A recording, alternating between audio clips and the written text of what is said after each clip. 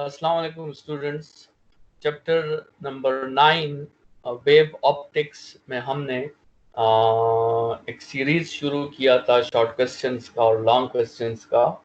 उसमें आज हमारा लास्ट लॉन्ग क्वेश्चन है and it is about the polarisation of light.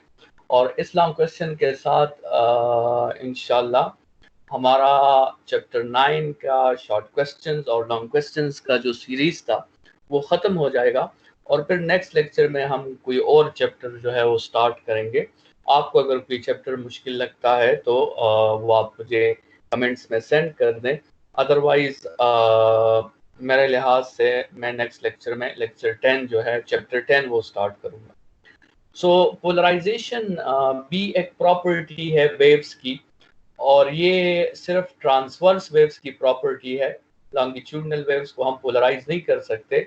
तो चूंकि इस चैप्टर में भी हम लाइट की वेव प्रॉपर्टीज डिस्कस कर रहे हैं और लाइट है भी एक ट्रांसवर्स वेव, तो इसलिए पोलराइजेशन ऑफ लाइट पे हमने ज़रा डिटेल से डिस्कशन करनी है और ये आपके लॉन्ग क्वेश्चन में आ सकता है।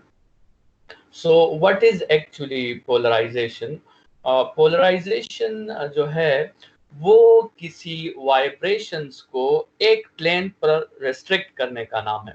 ठीक है, नॉर्मली आपको पता है कि लाइट जो है it is a composition of the vibrations of electric field and the vibrations of magnetic field.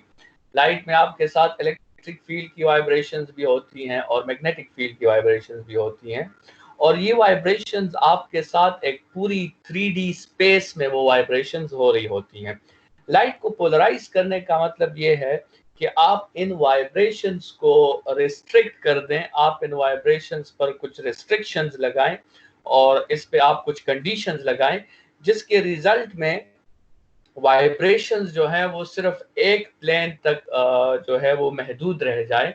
तो ऐसे प्रोसेस को हम पोलराइजेशन ऑफ वेव या पोलराइजेशन ऑफ लाइट कहते हैं। ठीक है स्टूडेंट्स, हमेशा याद रखें कि पोलराइजेशन जो है वो वेव की प्रॉपर्टी है लेकिन ट्रांसवर्स वेव की प्रॉपर्टी है। लॉन्गिट्यूडनल वेव्स को हम पोलराइज नहीं कर सकते, तो ये नोट आप हमेशा याद रखें। स्टूडेंट्स, एक्सप्लेनेशन में आप देख सकते हैं, एक्सप्लेनेशन में हम ज़रा पहले ये बता देते हैं कि लाइट हमारे साथ कैसे प्रोड्यूस होती है। As we know that light is a result of electric discharge, and electric discharge means the excitation of the excitation of electron in an atom, as there are billions of electrons in number and they vibrate at every possible plane।